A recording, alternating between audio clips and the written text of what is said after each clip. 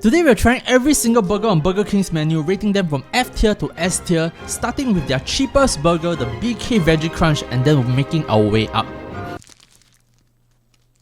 I didn't expect this to be this nice. The middle patty is as though you took the insides of a pot roast, like the mashed potato, right? Breaded the whole thing and went to deep fry it. For a meatless burger, I'm actually very impressed. A tier.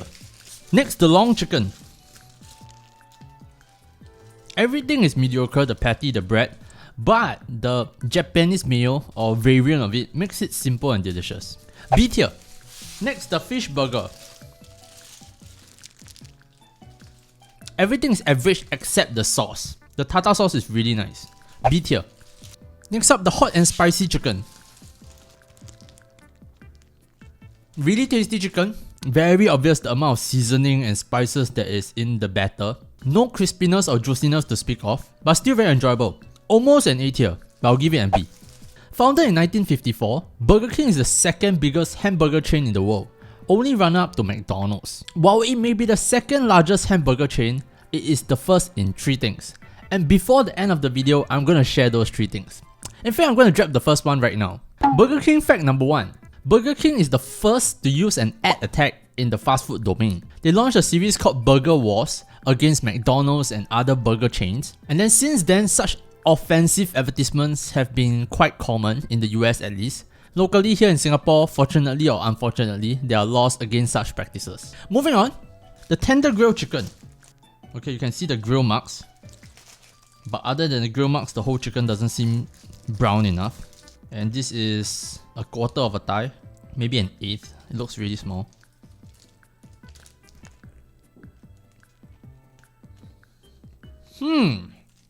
Wow. Why do you use the grill? It is to intentionally give this like grit marks, right? Not just for show, but because the cook on those areas are harsher, you're basically burning your chicken. And what that does is it creates this smoky compounds and flavor, right? That really changes the whole chicken chop. I'm quite surprised they actually managed to do this because too often, all those grill marks that restaurants put on the chicken, right, are just there for show. They don't do it nearly harsh enough for that flavor to come out. This gets an A tier. Wow. Moving on, the mushroom Swiss. Very significant thick piece of cheese. I don't remember this being so mushroomy. It almost feels like it's made specifically only for mushroom lovers. Like if you are casual or like don't really mind mushrooms, right, you might find this mushroom flavor too strong. And I happen to be a mushroom lover, so this gets an A from me. And to another classic, the BBQ turkey bacon. The good thing is that there's a lot of BBQ sauce. It makes up for the dryness and there's a lot of BBQ flavor. The bad thing is, there's a lot of BBQ sauce. All I taste is BBQ sauce. I can't taste the cheese, I can't taste the patty, nothing. So the plus and the minus is good enough to give this a B. Burger King fact number 2. There are 221,184 ways to order a Whopper. Their slogan, "Be your way," or previously, "Have it your way," means that you can freestyle anything on your Whopper in order to get the burger you want. You can have extra pickles, onions, tomatoes, patties, but basically it adds up to 221,284. So I decided to give this a try. Whopper and tomatoes. Yeah.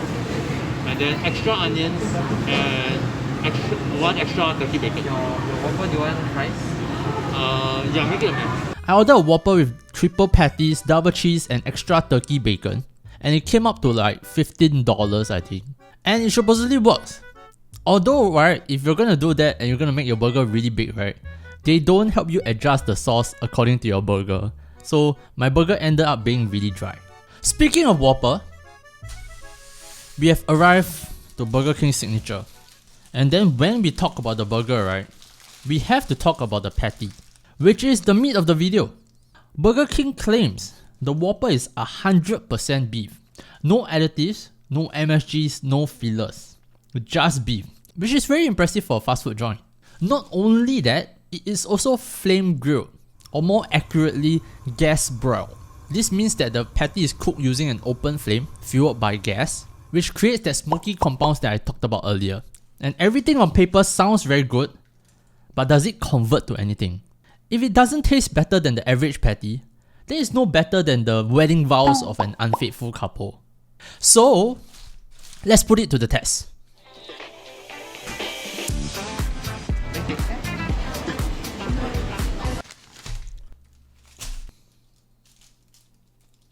Hey guys, welcome to a video within a video, Videoception, where we'll be comparing the McDonald's patty to the Whopper flame grilled 100% beef.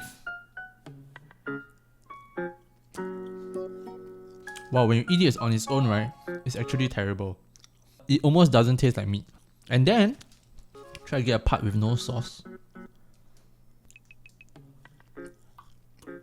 It's true.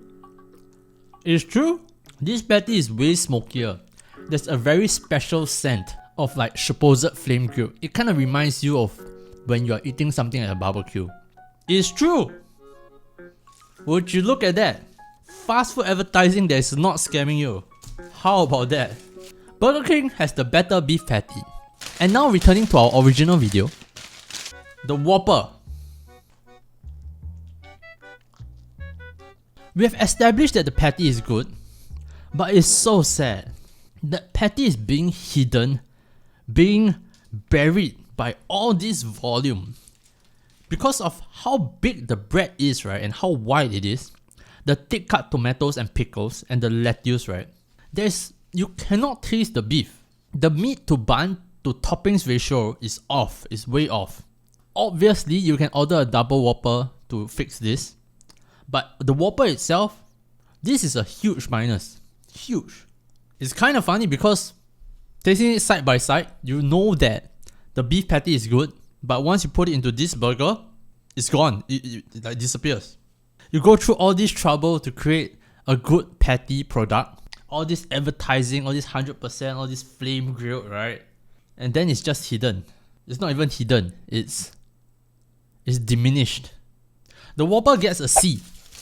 And next to the Whopper's evil twin brother, the plant-based Whopper. They even flame grilled this. You can see the very obvious char mark. And you know it's a plant-based burger because of how perfectly round it is.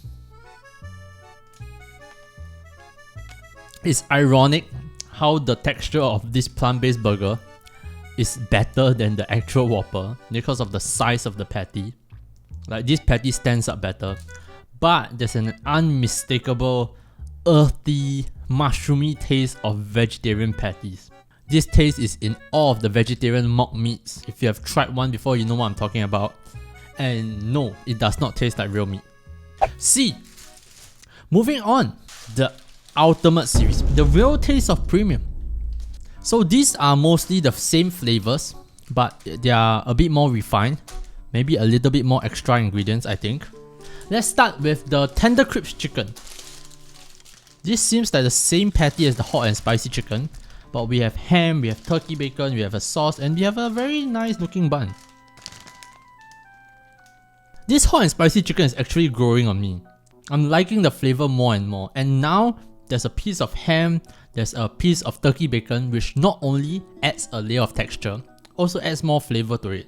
The fancier bun is also a nice touch. I think the hot and spicy chicken was almost an A. This is a solid A. Moving on, the Ultimate Angus Classic Barbecue. Actually, why is the lettuce so green? It's actually pretty. Pretty. This looks a bit photoshopped. Like the colors of how green and then how yellow the cheese is with the barbecue sauce, actually pretty impressive.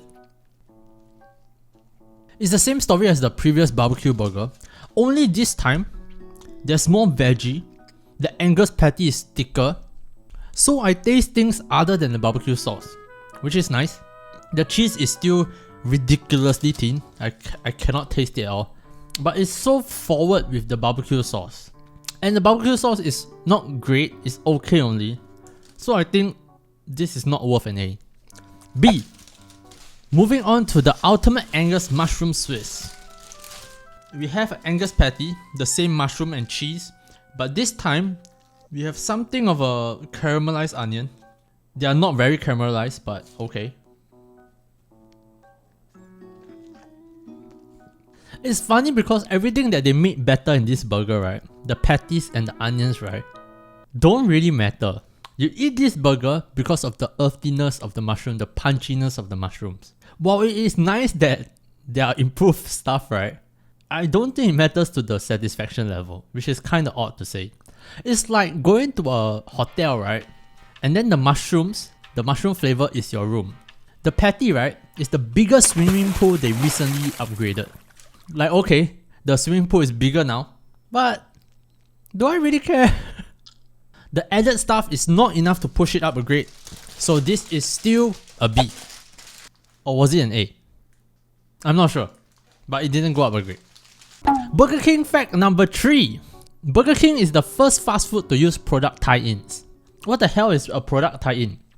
You know when there's a movie like Avengers and Transformers, and then fast food will come up with a combo or promotion to sell more meals? Sometimes they include a toy, maybe the packaging is a little bit different, but mostly it's the same thing. It's now very common for fast food to do this, but Burger King was the first one to do it back in 1977 with Star Wars. And now for the most expensive burger today, the Double Ultimate Salmon Burger. A lot of colors, slaw, cheese. I have to say something of the Burger King cheese. The Burger King cheese is way too thin.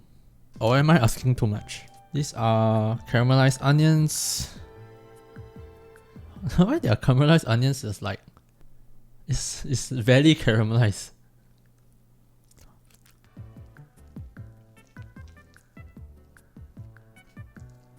The patty is not bad.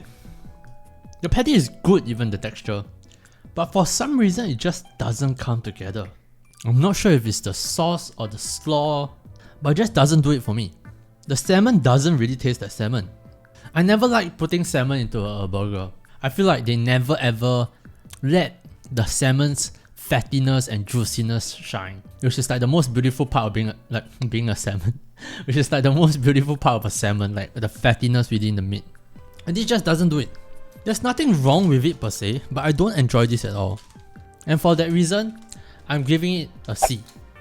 Putting all of the grades together, we have something like this.